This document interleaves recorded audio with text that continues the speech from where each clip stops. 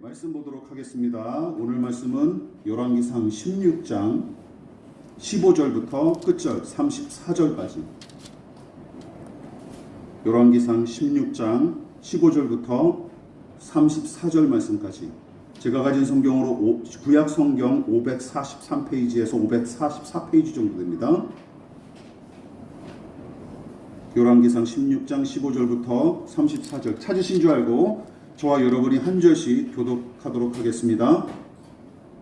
제가 먼저 봉독합니다. 유다의 아사왕 제27년에 시므리가 디르사에서 7일 동안 왕이 되니라. 그때의 백성들이 블레셋 사람에게 속한 깃부돈을 향하여 진을 치고 있더니 시므리가 무관하여 왕을 죽였다는 말을 들으니라.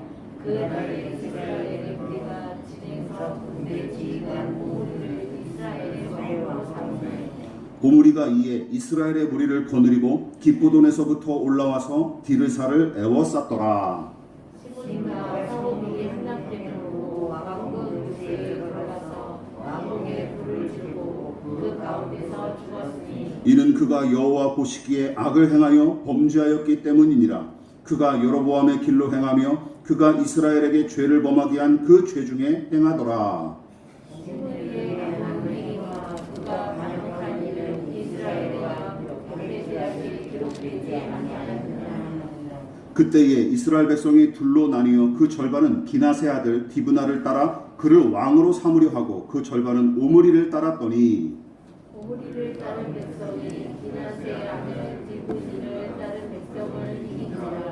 디브니가 죽음에 오므리가 왕이 되니라. 유다의 아사왕 제31년에 오므리가 이스라엘 왕이 되어 12년 동안 왕위에 있으며 디르사에서 6년 동안 다스리니라. 그가 유다로 세멜에게 사마리아에 사고 그 산에 성을 건축하고 그 건축한 성의 이름을 그 산 주인이 세멜을 걸다가 사마리아에 건축하였다가 오므리가 여호와 보시기에 악을 행하되 그 전에 모든 사람보다 더욱 악하게 행하여 느바세의 아들 여로보암의 모든 길로 행하며 그가 이스라엘에게 죄를 범하게 한 그 죄 중에 행하여 그들의 헛된 것들로 이스라엘의 하나님 여호와를 노하시게 하였다. 오므리가 행한 그 남은 사적과 그가 부린 권세는 이스라엘 왕 역대지략에 기록되지 아니하였느냐.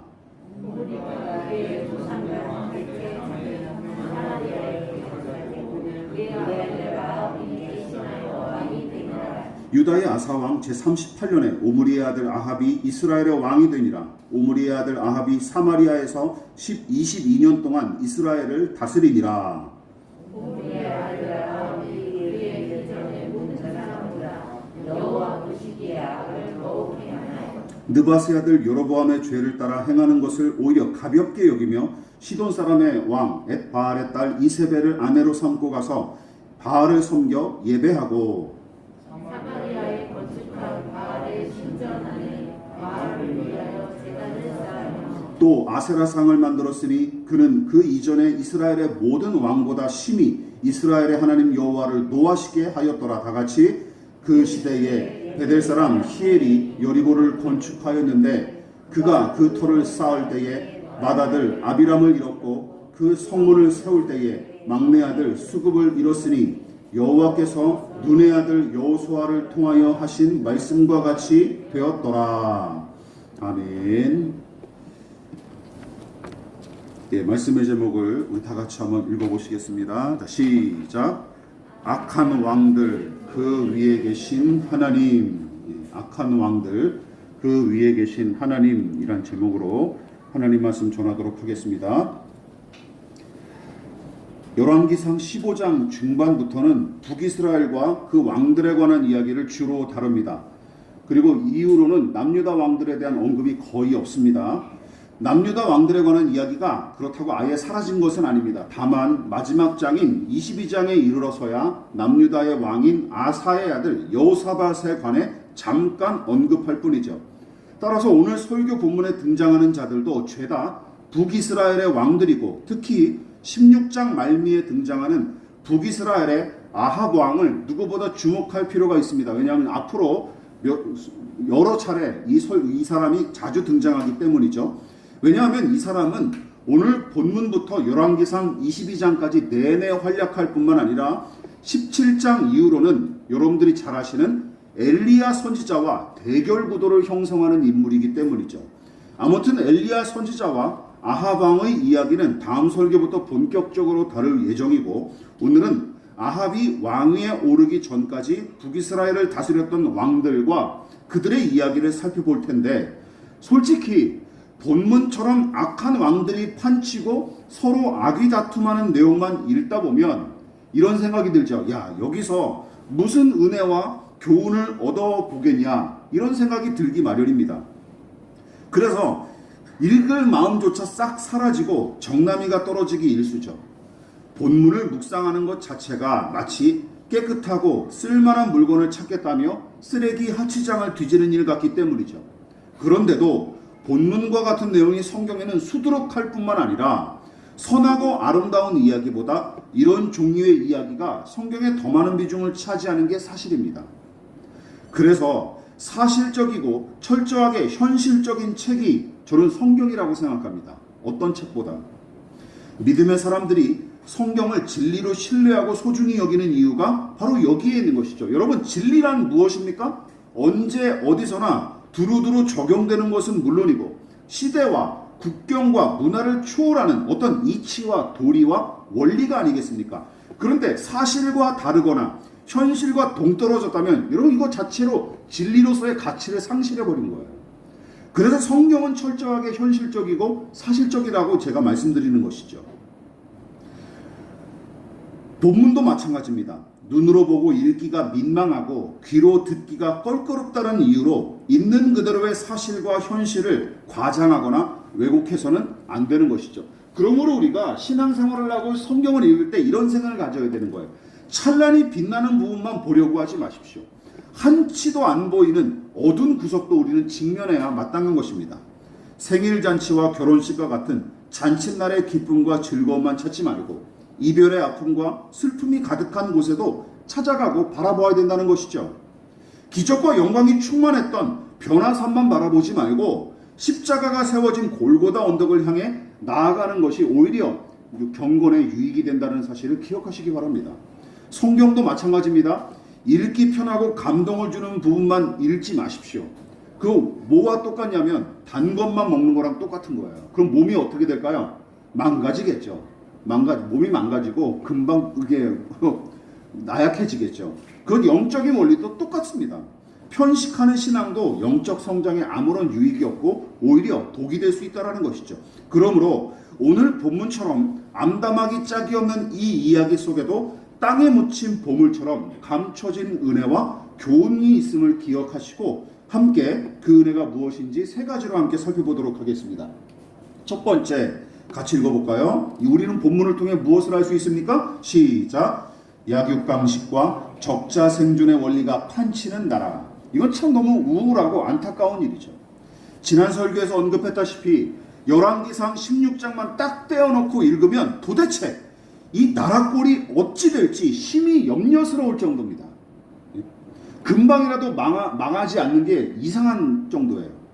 15장에서 여로보암의 아들 나답은 2년 만에 바하사에게 살해당했고 반역을 통해 왕위를 찬탈한 이 바하사는 24년 동안 북이스라엘을 다스렸으나 그도 여로보암 가문과 똑같이 악을 저지르다가 아들 엘라에게 왕위를 그럭저럭 물려준 뒤에 죽었는데 그의 아들 엘라도 재위 2년 만에 국내 대신 아르사의 집에서 술을 퍼마시다가 병거부대 사령관 중 하나인 시므리의 손에 의해 암살을 당합니다.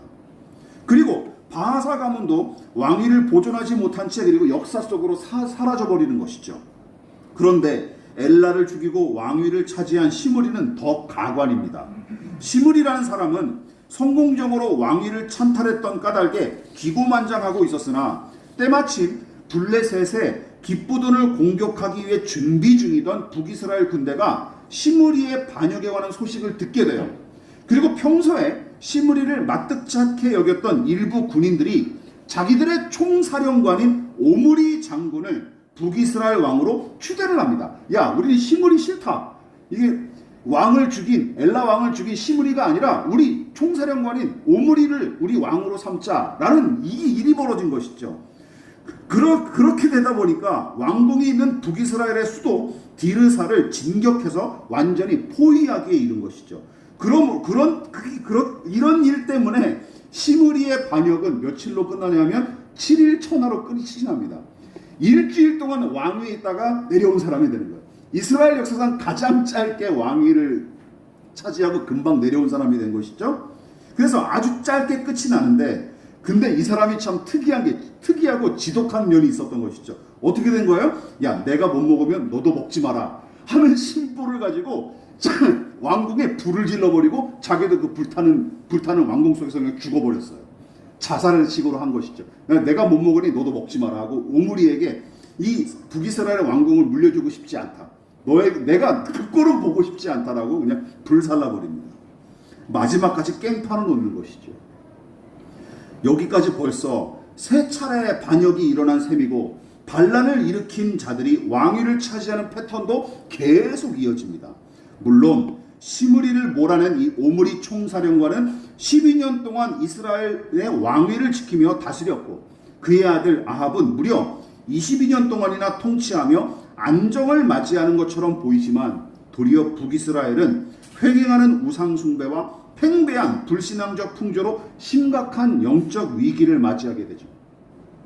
여러분, 이쯤에서 여로보암 때부터 본문의 아합이 왕위에 오를 때까지 북이스라엘에 이걸 생각해 보세요. 북이스라엘이라는 사회에 사회적인 어떤 합의나 상식은 물론이고 원칙 같은 것이, 올바른 어떤 원칙 같은 것이 일관되게 적용된 적이 있었는지 생각해 보시기 바랍니다. 그런 게 있습니까? 없습니까? 하나도 없어요. 지금까지 북이스라엘의 왕들과 백성이 하나님과 그 율법의 말씀을 염두에 두고 있기는커녕 기본적인 상식이나 원칙이 도무지 통용된 적이 없습니다. 한 번도 없어요. 여로보암 이후로. 대표적으로 북이스라엘의 왕위가 어떻게 이어졌는지 여러분 다시 한번 떠올려 보시기 바랍니다.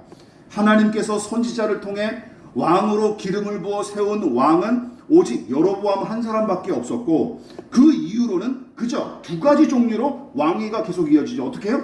안일한 세습과 잔인한 반역으로 왕위를 차지하는 것이 전부였습니다. 세습과 반역만 계속 이루어졌을 뿐이에요. 그러니까 세 종류의 사람이 아니면 왕이 될 수 없었던 것이죠. 첫 번째 뭡니까? 힘이 세거나, 두 번째는 뭡니까? 약삭 빠르거나, 세 번째는 뭐예요? 세습이 이루어지려면 금수저로 태어나는 거죠. 이 세 가지가 이 북이스라엘의 왕이 되는 유일한 조건이에요. 그 외에는 없어요. 뭐 하나님이 기름 부어 세우고 그런 거 없어요. 그동안 여러분 어떤 사람이 이스라엘 왕위에 올랐고 그들이 왕위에 올랐던 방법은 무엇이었는지 생각해 보십시오. 가장 세력이 미약했던 베냐민 지파 출신의 사울 왕, 아버지 이새가 종처럼 취급하며 멸시했던 막내 아들 다윗, 간음의 결실로 태어나 왕위를 계승할 자격조차 없었던 누구? 솔로몬. 이거 세 사람은 솔직히 얘기해 하나님의 선택이 아니면 왕이 절대로 될 수 없는 사람들이에요. 한 나라의 지도자가 될 자격조차 없는 사람들입니다. 하나님은 약한 자를 들어서 당신의 일꾼으로 선택하여 기름을 부으셨고, 여러분 이것이야말로 이스라엘의 왕을 세우는 유일무이한 방법이었습니다. 그런데 북이스라엘 왕들은 하나님의 이 방식을 전혀 염두에 두지도 않았을 뿐더러 오로지 동물의 왕국과 방불한 모습으로 왕의 자리를 빼앗거나 지키기에 급급할 뿐이었죠. 여러분 하물며 스포츠는 규칙과 규정에 따라서 승부를 가리고 승자와 패자를 결정하지 않습니까? 그런데 여기는 그것도 없어요. 오로지 약육강식과 적자 생존의 원리가 판치는 이 북이스라엘의 세상은 규칙 따위가 필요가 없습니다. 규칙 따위가 필요가 없어요. 여기에 무슨 규칙이 있습니까? 그렇지 않습니까? 아무것도 없어요. 그냥 무슨 짓을 해서라도 상대방을 누르거나 죽이는 것, 살아남고 이기기 위해 수단과 방법을 가리지 않는 것이 전부일 뿐입니다. 게다가 이런 동물적인 방식과 생리가 끔찍한 이유가 무엇입니까? 가인이 동생 아벨을 때려 죽였던 범죄와 매우 흡사하기 때문입니다. 여러분, 하나님께서 가인에게 동생 아벨을 죽인 죄에 대해 물으셨을 때 가인이 대꾸한 내용을 가만히 살펴보면 간담이 서늘해집니다. 왜냐하면 요즘 우리의 생각과 마음을 대변하는 것처럼 들리기 때문이죠. 어떻게 얘기했습니까? 같이 한번 읽어볼까요? 예, 같이 한번 읽어볼까요? 시작. 여호와께서 가인에게 이르시되 내 아우 아벨이 어디 있느냐? 그가 이르되 내가 알지 못하나이다. 내가 내 아우를 지키는 자니까? 마지막 물음이 서늘하지 않습니까? 왜 우리가 종종 내뱉는 말들이잖아요.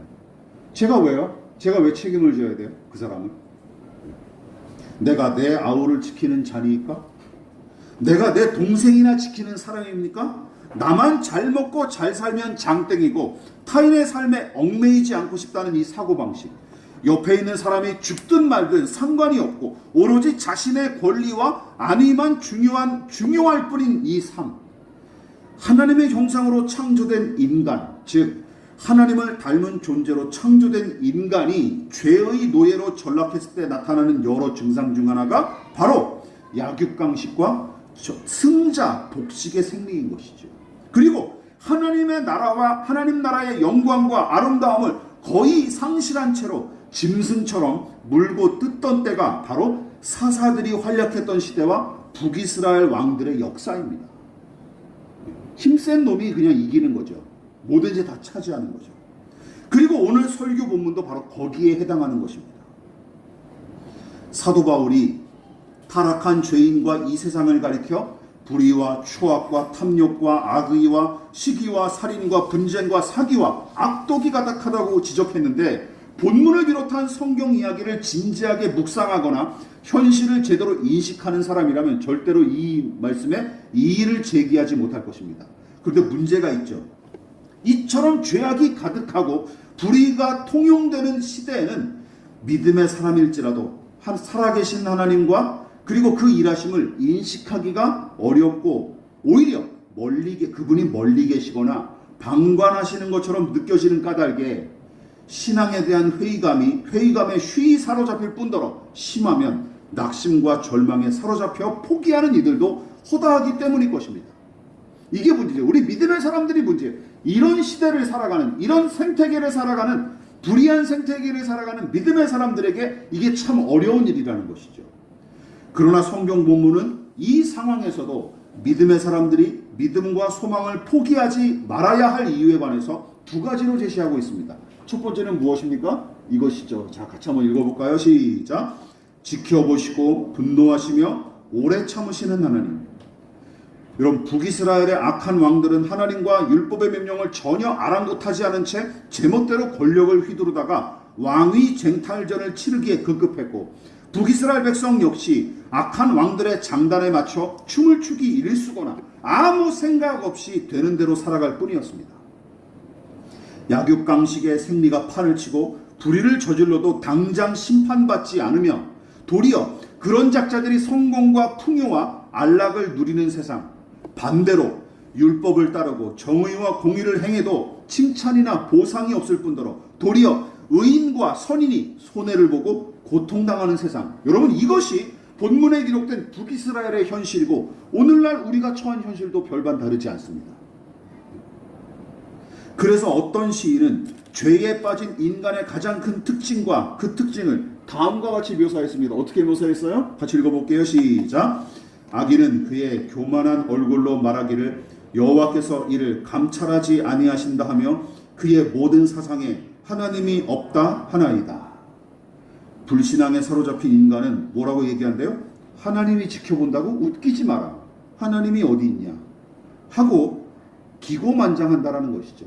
그러기 일쑤지만 열왕기상 본문은 북이스라엘의 불신앙적 분위기를 있는 그대로 기록함과 동시에 하나님께서 이 나라의 왕들과 백성을 끊임없이 주시하고 계신다는 사실을 계속해서 언급합니다. 16장의 기록만 봐도 알 수 있는데 세습과 찬탈을 통해 4명의 왕이 차례대로 등장하는 와중에도 중요하게 반복되는 구절이 계속 등장합니다. 이렇게 등장하죠? 예, 보십시오. 열왕기상 16장 7절부터 30절까지 어떤 내용이 반복적으로 등장하죠? 여호와 보시기. 여호와 보시기. 이 구절을 통해 알 수 있는 사실은 무엇입니까? 하나님께서 모든 왕의 행위를 내내 주목하고 계실 뿐만 아니라 그들의 행위를 가늠하여 선악을 판단하고 계시다는 사실입니다. 잘했는지 못했는지 보고 계시다는 것이죠. 구경하고 계신 게 아니라 판단하고 계신다는 것입니다. 즉 열왕기상의 저자는 여호와 하나님이 지켜보고 계신다 하고 분명하게 선포하고 있는 것이죠. 다시 말해 바사와 시므리와 오므리와 아합이 세상을 다 가진 것처럼 함부로 날뛸지라도 하나님은 그들을 그 위에서 내려다보고 계실 뿐만 아니라 그들의 행위가 선한지 악한지까지 판단하고 계신다는 사실을 계속 강조하고 있는 것입니다. 게다가 지켜보고 판단하시는 정도로 그치지 않죠. 그들의 불신앙적인 작태와 악행에 관해 불쾌감을 느끼시고 더 나아가 심히 분노하고 계시다는 사실을 덧붙입니다. 이것이죠.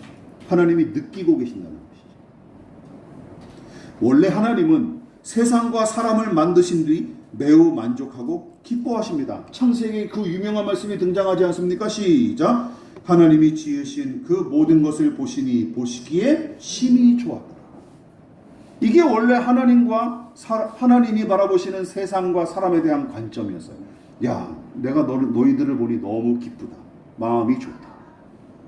빛과 어둠, 하늘과 땅, 바다와 육지, 식물과 동물, 그리고 마지막 6일째 사람을 창조하신 뒤 당신이 창조하는 이 모든 것을 바라보시고 심히 흡족히 여기십니다.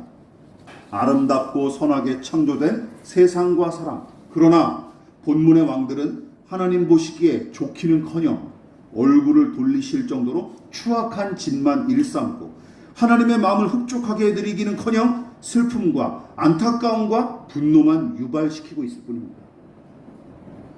물론 남유다의 왕들이 북이스라엘의 왕들보다 조금 더 낫긴 하지만 성경은 그들 중에 절반가량을 하나님 보시기에 악을 행한 자로 평가합니다. 그래서 대부분 하나님 보시기에 악을 행했던 거예요. 남유다, 북이스라엘의 왕들이. 이쯤에서 여러분 믿음의 특징과 그 증거가 무엇인지 오늘 이 말씀과 결부시켜 보십시오. 시편의 이 고백을 사실로 믿고 사는 것이 진짜 신앙이고 진짜 믿음입니다. 어떤 믿음이죠? 이 믿음이죠. 같이 읽어볼까요? 시작. 여호와께서 하늘에서 굽어보사 모든 인생을 살피시며 곧 그가 거하시는 곳에서 세상의 모든 거민들을 굽어 살피시는도다. 여러분 이 믿음 있으십니까? 여러분 이게 믿음의 관건 중 하나예요. 모든 인생을 살피시는 하나님, 심지어 인간의 마음속 깊은 중심까지 감찰하시는 하나님. 여러분 북이스라엘의 왕들과 백성은 이 믿음이 없었던 까닭에 곱비 풀린 망아지처럼 날뛰었던 것입니다. 그리고 그나마 하나님이 늘 지켜보고 굽어 살피고 계신다는 이 믿음을 가진 남유다의 몇몇 왕들이 정직하고 선하게 행했던 것이죠. 내가 왕이라도 하나님이 내 위에 계신다. 그리고 나를 지금 지켜보고 계신다. 이 믿음이 있었기에 그나마 정직하고 성실하게 행했던 것입니다. 자, 그렇다면 우리는 어떻습니까?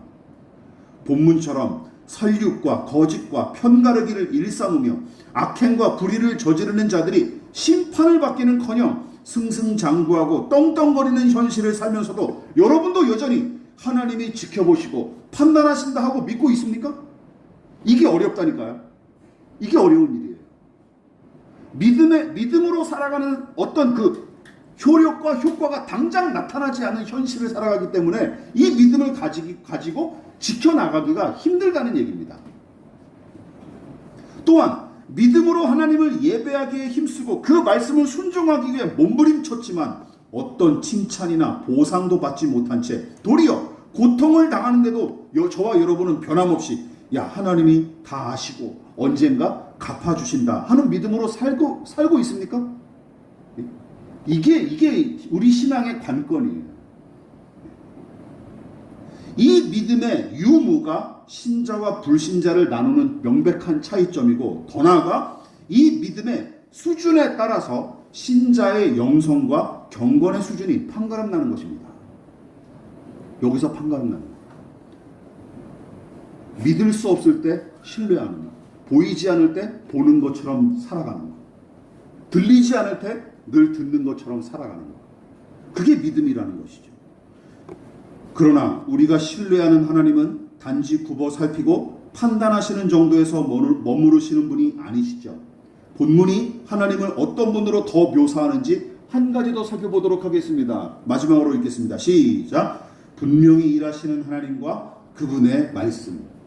여러분, 오므리가 12년 동안 북이스라엘을 다스리고 죽은 뒤에 그의 아들 아합이 왕위를 물려받았는데, 그는 이전의 모든 왕보다 더 악한 짓을 일삼으며 북이스라엘의 영적 타락을 심화시킨 인물입니다. 이 원흉이죠. 그러니까. 그런데 그가 다스리던 시절에 오늘 본문 말미에 괴이한 일 하나가 일어나죠. 바로 34절의 이야기가 바로 그것이고, 그 내용이 무엇입니까? 베델 사람 히엘이라고 하는 사람이 여호수아 시대에 무너졌던 여리고 성의 재건을 시도하는 일이 벌어졌고, 실제로 성의 기초를 놓고 성문을 세우기 이르렀으나 어떤 일이 벌어집니까? 그의 맏아들과 막내 아들이 한꺼번에 죽는 일이 벌어져요. 그런데 성경 본문은 이 비극이 우연히 일어난 게 아니라 오래전에 하나님께서 여호수아를 통해 예언하신 대로 이루어진 일임을 강조하고 있습니다. 자, 여호수아가 이스라엘 백성과 함께 요단강을 건너 여리고성을 함락시킨 뒤에 다음과 같이 맹세한 적이 있어요. 같이 읽어볼까요? 여호수아 6장 26절 시작. 여호수아가 그때에 맹세하여 이르되 누구든지 일어나서 이 여리고성을 건축하는 자는 여호와 앞에서 저주를 받을 것이라. 그 기초를 쌓을 때에 그의 맏아들을 잃을 것이요 그 문을 세울 때에 그의 막내 아들을 이루리라 하였더라. 이 예언이, 이 맹세가 그대로 이루어진 거예요. 그거를 열왕기상 16장 34절에서 지적하고 있는 것입니다. 여호수아가 여리고성의 재건을 시도하는 자에게 저주가 임할 것을 맹세하고, 하나님은 그의 맹세를 당신의 뜻에 부합한 것으로 여기신 이유가 무엇입니까? 여러분, 가나안 땅과 거기 속했던 여리고성은 오랫동안 하나님 보시기에 무수한 악을 저지르고 또한 불의를 저질렀는데, 이스라엘 백성이 가나안 점령은 두 가지 의미가 있는 거예요. 첫 번째는 뭡니까? 당신의 백성을 젖과 꿀이 흐르는 땅으로 인도하신 은혜의 행동임과 동시에 두 번째는 무엇이죠? 가나안 족속이 저지른 죄악과 불의를 심판하신 일이기도 한다는 것이죠. 이게 신명기에 나와 있습니다. 따라서 여리고 성의 재건은 무엇을 의미하죠? 다시 그 불의하고 죄악된 시절로 돌아가겠다는 의미가 담겨져 있는 거예요. 단지 건물 하나를 재건하겠다는 게 아니라 다시 그 시절로 돌아가고 싶다는 의지를 표명한 것이죠. 그래서 여호수아가 그런 일이 일어날까 봐 미리 내다보고 이 맹세를 했던 것입니다. 여러분, 여호수아는 그래서 저주의 맹세를 서슴지 않았고, 하나님은 그의 맹세에 당신의 뜻을 담으신 것입니다. 기쁘게 보시고. 그러니까 이 히엘이라고 하는 사람은 여호수아의 두 가지죠. 그럼 히엘은 왜 이런 일을 저질렀을까요? 둘 중에 하나입니다. 첫 번째는 뭘까요? 이 여호수아의 율법의 말씀, 여호수아의 이 말씀을 아예 몰랐거나, 말씀 보지 않으면 모르는 거잖아요. 아예 몰랐거나 등한시해버려. 또 알았더라도 이 예언의 중대성과 무게감을 무시한 채 그 시절로 돌아가고 싶은 마음에 여리고성의 재건을 시도했던 게 틀림없어요. 몰랐거나 알아도 무시하고 그냥 밀어붙였던 것이죠. 예를 들어 누군가 일제 강점기 때에 조선인들을 감독하던 식민 통치기구인 뭡니까? 조선 총독부를 재건한다고 생각해 보십시오. 누가 기뻐합니까? 요즘 최근에 문체부 장관이 그거를 잘못 말해서 모형을 복원한다는 얘기들을 조선 총독부를 복원한다고 잘못 이렇게 인터뷰를 해가지고 아주 난리를 맞았죠. 너 미쳤냐? 그래가지고 매국노다 하면서. 근데 모형을 좀 그것도 그 뭐하러 하는 거예요 도대체? 김영삼 정부 때 그 조선 총독부가 무너지지 않았습니까? 일부러 무너뜨리지 않았습니까? 근데 그걸 재건한다고 하면 여러분들이 상상해 보십시오. 친일파의 후예나 매국노가 아닌 이상 제정신 박힌 대한민국 국민이라면 지지할 리가 있겠습니까? 그런데 바로 이 일 자체가 그 성격과 비슷한 거예요. 여리고성을 재건한다는 것 자체가 바로 그 성격과 비슷하다는 것이죠. 죄악과 불의의 상징을 재건하는 것 자체가 악한 일 아니겠습니까? 그런데 하나님이 살아계셔서 일하신다고 믿기가 매우 어려웠을 뿐만 아니라 그분의 공의가 제대로 작동하지 않는 것 같고 믿음으로 살기가 곤란했던 그때도 여호수아를 통해 예언하신 말씀이 몇백 년이 지난 이후에도 고스란히 성취된 것을 보십시오. 그때 믿음의 사람들은 소수의 믿음의 사람들은 그 광경을 보고 어떤 생각을 했을까요? 소망과 위안을 얻었을 것입니다. 하나님이 여전히 살아계시고 약속의 말씀이 여전히 작동하고 있구나라는 그 사실을 깨달았을 거예요. 얼마나 소름이 돋았을까요? 여러분, 이 말이 의미하는 바가 무엇입니까? 하나님이 살아계시고 그분이 여전히 일하고 계시다는 사실, 하나님의 말씀이 떠도는 풍문이나 어떤 문자로 그치지 않고 그 참혹한 시절에도 여전히 살아서 꿈틀거리며 힘있게 작동하고 있다는 사실을 분명하게 보여주고 있는 것입니다. 그래서 당장 눈에 보이지 않고 손에 잡히지 않는 암담한 현실을 마주할지라도 신실한 신자들은 하나님께서 당신의 뜻대로 이루실 것을, 그리고 일하실 것을 확신했기에 살아가고 사랑하고 신뢰하기를 포기하지 않았던 것입니다. 지금 이 믿음을 고백하고 있는지 우리 마지막으로 돌아보십시다. 여러분, 이 믿음을 지금 여러분들이 고백하고 있습니까? 읽어볼게요. 시작. 만군의 여호와의 열심히 이를 이루시리라. 데살로니가전서 시작. 너희를 부르시는 이는 미쁘시니 그가 또한 이루시리라. 이사야 선지자, 사도 바울 다 혹독한 현실 속에서 이 고백을 한 것이죠. 당신이 작정하신 뜻을 반드시 이루고야 마시는 하나님, 악한 영들의 대적과 회방, 타락한 죄인의 불신앙에도 전혀 아랑곳하지 않으시고 오히려 모든 것을 합력하여 선을 이루시는 하나님. 하이델베르크 유리문답의 진도와 약간 이 말씀의 설교의 진도가 좀 내용이 비슷하죠. 이것도 참 기막힌 은혜라고 생각을 합니다. 여러분, 그분을 신뢰하고 사랑하는 것이 바로 성경이 가르치는 믿음이고 거듭난 사람에게 허락하신 은혜의 선물이 바로 그것입니다. 그러니까 이 열왕기상 저자의 의도는 분명합니다. 이 책의 독자들이 어떤 처지에 놓였을지라도 하나님을 향한 사랑과 신뢰를 절대로 포기하지 말 것과 함께 언제 어디서나 하나님이 지켜보고 계시기에 우리는 어떻게 살아야 된다? 그분의 백성답게 항상 거룩하게 살아가기를 촉구하고 있는 것입니다. 이 두 가지 목적으로 바로 이 이야기를 집어넣은 것이죠. 여러분, 기억하십시오. 아무리 먹구름이 하늘에 가득하여 흐린 날이 계속 이어지는 것처럼 보일지라도 그 구름 위에 태양이 아예 사라지는 것은 아니지 않습니까? 먹구름이 꼈다고 야, 태양이 없어졌구나, 이제는 다시는 빛을 못 보겠고, 이렇게 생각하는 사람이 어디 있어요? 누구나 마음 한켠에는 그런 생각이 있겠죠. 언젠가는 구름이 사라지고 해가 뜰 날이 오겠지 라고 생각하지 않습니까? 그게 자연의 이치고요. 먹구름 위에 해가 있는 것처럼 하나님도 마찬가지입니다. 또한 끊임없이 공전하고 자전운동을 하는 지구를 생각해 보십시오. 지구가 이 거대한 운동을 지속하고 있는데도 그 움직임을 보고 듣고 느끼는 사람은 없지 않습니까? 이거 감각할 수 있는 분 계세요? 지구가 지금 돌아가고 있구나. 지구가 지금 태양 주변을 공전하고 있구나. 이거를 몸으로 느끼시는 분 계십니까? 여러분, 느낄 수 없고 볼 수 없고 우리가 만질 수 없다고 해서 지구가 움직이지 않는 거예요? 그건 말도 안 되죠. 오히려 그 움직임이 너무나 거대하고 힘이 세니까 우리가 느끼지 못할 정도예요. 여러분, 북이스라엘의 왕들이 율법의 명령은 안중에 두지도 않은 채 이방신 숭배를 비롯한 불법을 자행하고 불의한 짓을 서슴지 않으며 대부분 백성마저 거기에 이의를 제기하기는커녕 불법과 불의의 장단을 맞춰 춤을 췄던 그 시대, 그런데도 하나님은 먹구름 위에 태양처럼 악한 왕들과 그 백성의 일거수일투족을 내내 지켜보고 계셨고 그들의 행위를 당신의 저울에 달아 계속해서 판단하고 계셨습니다. 그뿐만이 아니죠. 하나님과 그 일하심을 당장 볼 수 없고 느낄 수 없었을지라도 지구의 공전과 자전처럼 은밀하지만 또한 위대하게 일하고 계신 하나님을 생각해 보시라는 얘기입니다. 이 믿음이 있는 사람이 진짜 신자라는 것이죠. 그리고 진짜 경건한 사람이라는 것이죠. 그러므로 언제 어디서나 무슨 일을 만나든지 또는 기쁠 때나 슬플 때나 성공하든 실패하든 남이 알아주든 알아주지 못하든 이 믿음을 고백하며 살아가시기를 진심으로 부탁을 드리겠습니다. 어떤 믿음이요? 이것이죠. 하나님이 항상 살아계시고 지금도 여전히 일하고 계신다. 이 믿음 가지고 승리하시기를 진심으로 부탁을 드리겠습니다.